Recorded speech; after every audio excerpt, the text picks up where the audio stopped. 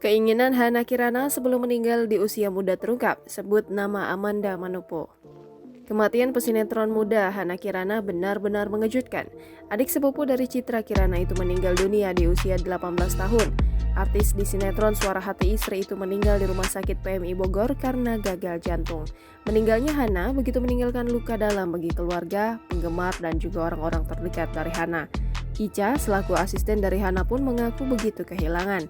Melalui akun Instagramnya, Ica pun meluapkan kesedihannya.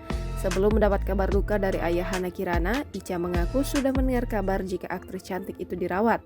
Bahkan dia bermaksud menjenguk Hana jika sudah pulang ke rumah. Namun ternyata rencana itu hanya tinggal rencana. Lebih lanjut, Ica pun mengungkap jika Hana mempunyai segudang keinginan semasa hidupnya. Salah satu cita-cita Hana adalah mempunyai karir yang sukses seperti idolanya Amanda Manopo. Sontak unggahan Ica tersebut langsung dibanjiri komentar bernada simpati dari warganet dan juga para penggemar Hana. Sebagian besar dari mereka mengaku tidak menyangka bahwa sang aktris berpulang secepat ini. Pasalnya dia baru berusia 18 tahun dan tengah merintis karirnya di dunia seni peran. Jangan lupa subscribe, share, komen, dan like ya!